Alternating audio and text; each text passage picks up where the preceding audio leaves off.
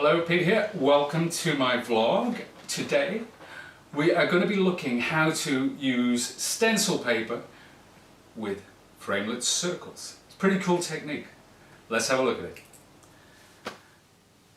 So here we are. Here's the machine ready to go. I'll unroll that, and I'm cutting a Framelits using a Framelits die. So I'm working on the top level of our platform, sandwich between the two cutting plates, and simply wind it through. And that's the only cut that we're going to do today. So I shall take my machine, place it over there. Now, I'm using stencil film. This is the Sizzix stencil film. You can see I've cut out a circle and I've got the positive and the negative. So I'm going to be using both.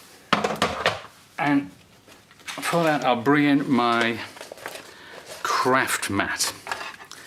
This is very important to save getting that ink on your work surface.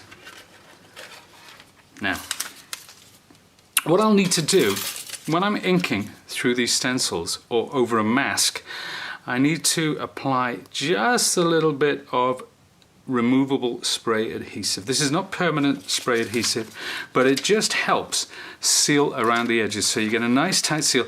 Not so important with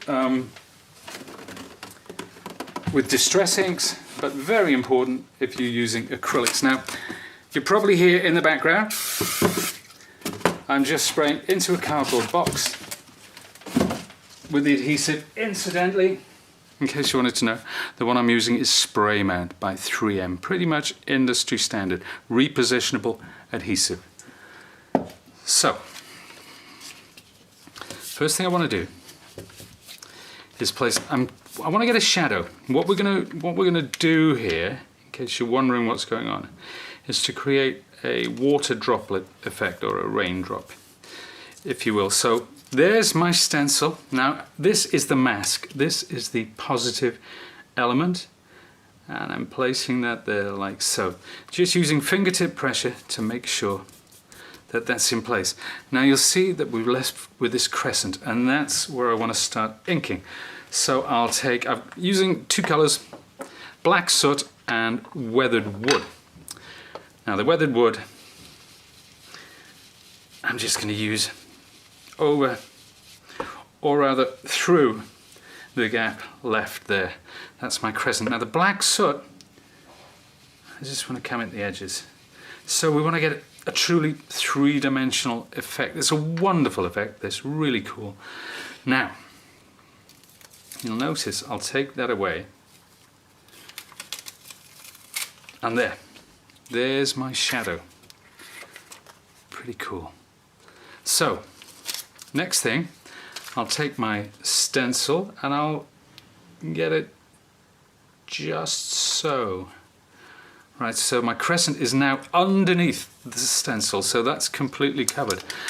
I'll take my weathered wood again and I'll come in from the top and I'll work about halfway down. Of course, I'm moving it about. I want the intensity of the colour to be at the top because I want a gradation. I want it going from dark to light.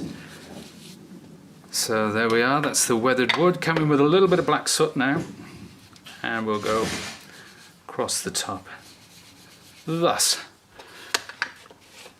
Now that's it for my dark inks. Next we're bringing in, I'm using Adirondack Snowcap pigment ink.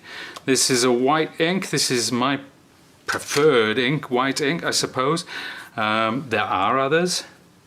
So I've got a bit of sponge. You can use a makeup sponge. You can use any sponge that you've got to hand, really, because with this I'm going to be applying the white from the base.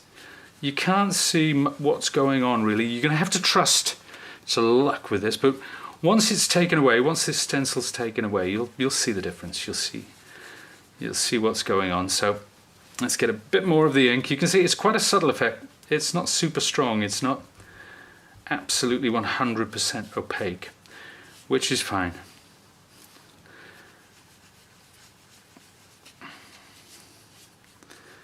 There we have it.